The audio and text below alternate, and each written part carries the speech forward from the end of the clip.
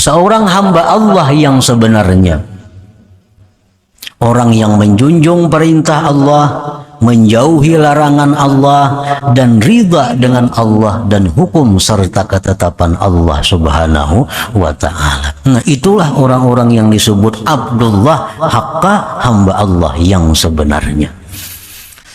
Nah, oleh karena itu tadi Imam Ahmad Ibnu Athaillah menyebutkan bahwa apabila Allah Ta'ala sudah memudahkan kepada kita menjauhi yang haram, Allah mudahkan kita melakukan yang wajib, perintah-perintah, Allah beri dalam hati kita ridha dengan Allah, maka sungguh kita telah mendapat nikmat yang besar dari Allah Subhanahu wa ta'ala, karena kita menjadi hamba Allah yang sebenarnya.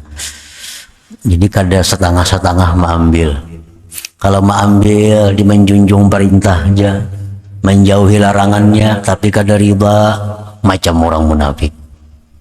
Ridha dalam hati kepada Allah, kepada ridha, nyatanya kada sembahyang, mendustai Allah Subhanahu wa ta'ala. Nah, jadi junjunglah perintah Allah, laksanakan perintahnya, kita jauhi larangannya, dan hati kita itu ridha, setuju dengan demikian itu. Para muhibbin rahimakumullah, para ulama suluk menjelaskan, menerangkan bagaimana caranya supaya kita ini bisa melakukan apa yang diperintah Allah, menjauhi yang dilarang Allah dengan ridha itu. Mereka berkata salah satu caranya adalah meyakini di dalam hati, seyakin-yakinnya bahwa apa yang Allah perintahkan kepada kita itu pasti membawa kebaikan untuk kita dunia dan akhirat. Setiap yang dilarang oleh Allah itu pasti, sangat pasti akan merugikan, mencelakakan kita dunia dan akhirat. Nah, supaya kita bisa melaksanakan perintah dengan ridha, bisa menjauhi yang haram dengan ridha.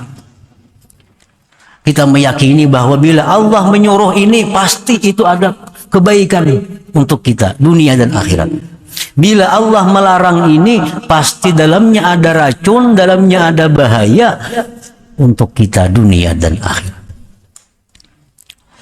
Nah, para muhibbin rahimakumullah, kita ambil contoh satu, misalnya sembahyang, salat. Allah memerintahkan kita sembahyang ini 5 kali sehari.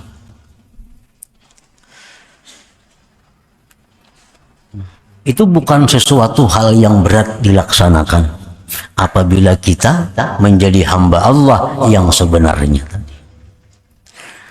Kita mesti meyakini bahwa sembahyang fardu 5 waktu ini adalah membawa kebaikan, sangat kebaikan kepada kita dunia akhirat. Bila mana kita melalaikan sembahyang, apalagi meninggalkan sembahyang, itu pasti ada bahaya yang akan kita terima baik dunia atau akhirat. Jangan ragu-ragu lagi. Bila kita melalaikan sembahyang, itu pasti ada bala, ada bencana yang akan menimpa kita baik di dunia maupun di akhirat. Kita mesti yakin, seyakin-yakinnya. Nah, bila kita sudah yakin demikian, maka sembahyang itu bisa dengan senang hati kita lakukan, bisa dengan lapang dada kita lakukan, dan tepat pada waktunya. Nah, asal meyakini dulu, meyakini. Kenapa kita aktif minum obat tuh? Pagi minum obat, habis makan minum obat, siang minum obat, malam minum obat lagi. Karena kita meyakini apa jar tukang obat itu. Kita meyakini ujar dokter tuh bahwa obat inilah penyembuh engkau. Lalu kita minum obat. Nah, kita khawatir obat habis. Kemana-mana sedia obat. Hendak musafir, siapakan obat. Karena kita begitu yakin bahwa obat ini sangat bermanfaat untukku. Nah, andai kata kita meyakini sembahyang seperti meyakini obat itu, niscaya sembahyang kita tepat waktu. Niscaya sembahyang dengan lapang, dengan tenang, dengan senang hati. Kita minum obat terpaksa, kada terpaksa minum obat, bahkan bayar. Kenapa? Karena kita meyakini sembahyang gratis. Sembahyang gratis. Kenapa kita malas? Kenapa kita di luar waktu? Karena keyakinan kita kurang terhadap sembahyang itu. Nah, itu contoh. Jadi bahwa setiap yang diperintah Allah pasti membawa kebaikan, membawa ketenangan, membawa kebahagiaan ke dunia dan akhirat. Dan bila mana yang dilarang oleh Allah itu pasti sudah akan membawa celaka, akan membawa binasa. Nah, jadi bila yakin itu, kita kada sulit meninggalkan riba, meninggalkan zina, meninggalkan macam-macam hal yang haram, karena kita yakin bahwa ini akan membawa bencana kepada kita.